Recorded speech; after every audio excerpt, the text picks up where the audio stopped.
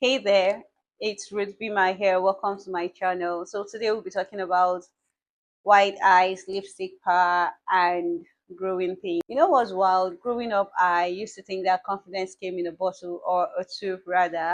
For me, it started with a lipstick. Yeah, weird, right? And to think that as a child I never liked it. Now I am hardly without it. I don't joke with my lipstick. That little stick gave me the kind of comfort words never did.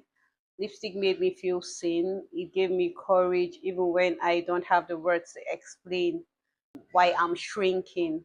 But the biggest change came in 2017. I traveled to Jos with my older sister to deliver some of our wedding invitation cards. We stopped by one of my dad's friends. It was my first time meeting him. And you know when someone sees you and just see through you? Yeah, he saw me and he just looked at me and asked, "What have you been doing about your eyes?" It was unexpected. As at then, I was still having the sore eyes, but I was already using glasses though, because after my secondary education, I had to take computer classes. Being on the screen every day without protection wasn't the situation, and I had no option than to use the glasses. So the optician we met then said I had chronic CAC, that is chronic allergic conjunctivitis. So he listened, nodded, and then recommended an eye drop, Betadron, and yeah, that was the game changer. He said I should use it and then come back so he can check to see the progress. It was quite unfortunate. I returned back to school, so I thought that it would be best if I go back after that semester exams. So after the first bottle, I had to even get another one so I can just buy time before going back to see him. So I never got the chance to go back. He passed before I could. God rest his soul. But I kept using the drug, and for the first time my eyes were so white, they were so clear.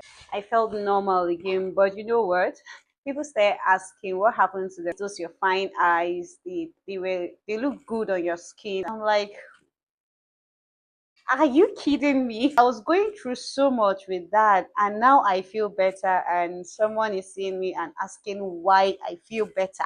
At some point in my life, I think when I was 16, 17 years thereabouts, 15, 16 thereabouts, I started getting compliments like, "Oh, I love your eyes, they look good on your skin." Some would even go as far as saying, "I love your dark lips." Like, those were the things that made me uncomfortable. So how would you like that? It was more of mockery than it was a compliment. And then someone coming up to me just when I was feeling confident again, when I was feeling normal like every other person, I was feeling like, oh wow, I get to have these white eyes and I don't get to battle with all of those itches, even though it comes on sometimes, but not as often as it was. I felt a lot better. And then someone used to tell me, "Oh, what happened to those eyes? I preferred you on that." Like, seriously, the eye drops worked. But later I switched fully to glasses. I decided not to overuse the drops because I don't know what the implication of that may be, since the person who recommended it was no more. I decided to just tell myself when it was right for me to stop, and then I did and switched fully to glasses, and I haven't used the eye drop ever since. And you know what? Looking back, I wondered why my dad never took me to see this friend of his. Maybe he wasn't practicing then, or maybe it was an oversight. I don't know, because he was going through, I think, worse than mine. I grew up to see my dad use glasses. He was even operated upon. So I know what it felt like and why he was taking me to different opticians. I knew that it was just so I don't have to experience what he did, or just so mine does not escalate to the point where his was. So I knew how bad he really wanted me to be fine. So now the lips.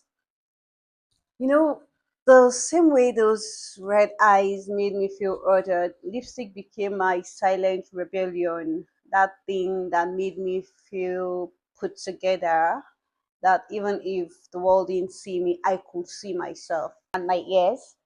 Funny enough, I don't even notice them anymore. It's like it shrunk with time. I know that at some point after my secondary education, where I know that I don't get to deal with weekly hairstyles and I can just make anything I want, I resorted to full hairs because a part of me kind of felt like full hair sort of reduces the ear. I don't know how I was able to come up with all of that, but I sort of feel like if I am having a really full hair, all of those kind of fluffy hairs, um, the ears doesn't seem too pronounced to be noticed to know if it's big or not. That was how I felt. So right now, I don't think it's big anymore, and I don't even care. I just stopped obsessing over them, and I don't think they are big. In fact, they were never big. I think so.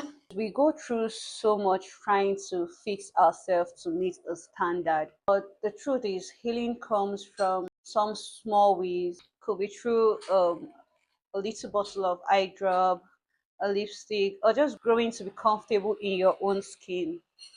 Has this journey been an exciting one? I would love to hear from you. We'll be right back for our final episode, The Healing Cycle. If this resonates with you in any way, I would love to hear it. And if you have a story to share, my DMs are always, always open.